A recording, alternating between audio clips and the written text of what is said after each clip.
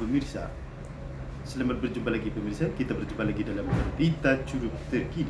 Pemirsa, di sini saya akan melaporkan wilayah-wilayah di Kabupaten Rejang Lebong dan sekitarnya, yaitu Kota Curup Idaman. Berikut laporan. Sejarah Kabupaten Rejang Lebong pada masa kolonisme bermula ketika Inggris dan Belanda mulai menjajah kota Bengkulu. Masyarakat Rejang yang mendiami daerah pedalaman atau pegunungan di Kabupaten Rejang Lebong tidak pernah mengalami penjajahan karena faktor geografis.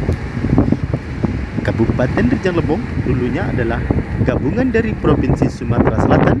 Pusat perkotaan Rejang Lebong dahulunya terletak di Kapuas, sedangkan Curup sendiri masih berbentuk pasar atau pekan Curup dan belum bisa dikatakan kota.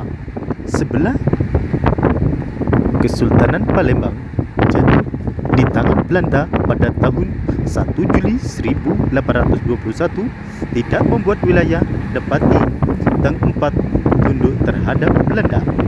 Hal tersebut karena adanya perlawanan dari rakyat, salah satunya ketika rakyat menghadang Kapten De Leeuw berkunjung ke pos Belanda di Kebal. Pada tahun 1838, pasukan militer Belanda dikirim di wilayah Rejang untuk menuntut kematian asisten Presiden Boyger. Hal ini menyebabkan perlawanan dari rakyat sehingga pada tahun 1856 diadakan perundingan daerah tempat Tiang 4 di Kepahiang. Hasil perundingan menyatakan Depati Tiang 4 akan tunduk kepada Belanda dengan syarat adat dan pustaka tidak boleh dirusak dan diganggu oleh Belanda. Rejang Lebong dimasukkan ke dalam Karesidenan Palembang. Dengan adanya perundingan ini, wilayah Rejang Lebong menjadi berada di bawah pemerintahan Belanda pada tahun 1859 sampai 1942. Setelah perjanjian itu telah disepakati bersama dengan sahnya wilayah Rejang Lebong di bawah pemerintahan Belanda, Belanda menguras kekayaan alam yang ada, salah satunya hasil bumi seperti rempah-rempah. Bahkan Belanda membuka tambang emas yang ada di Lebong. Hasil ini di bawah negara Belanda bahkan dijual ke negara-negara Eropah sehingga tahun 1942 setelah pecah perang Pasifik dan Hindia Belanda terlibat di dalamnya, membuat Belanda harus berhenti menjajah di Rejang Lebong dan diambil alih oleh Jepang. Berbagai upaya yang dilakukan pemimpin dan tentara untuk melepaskan kesengsaraan rakyat Curup dari perjalanan Jepang.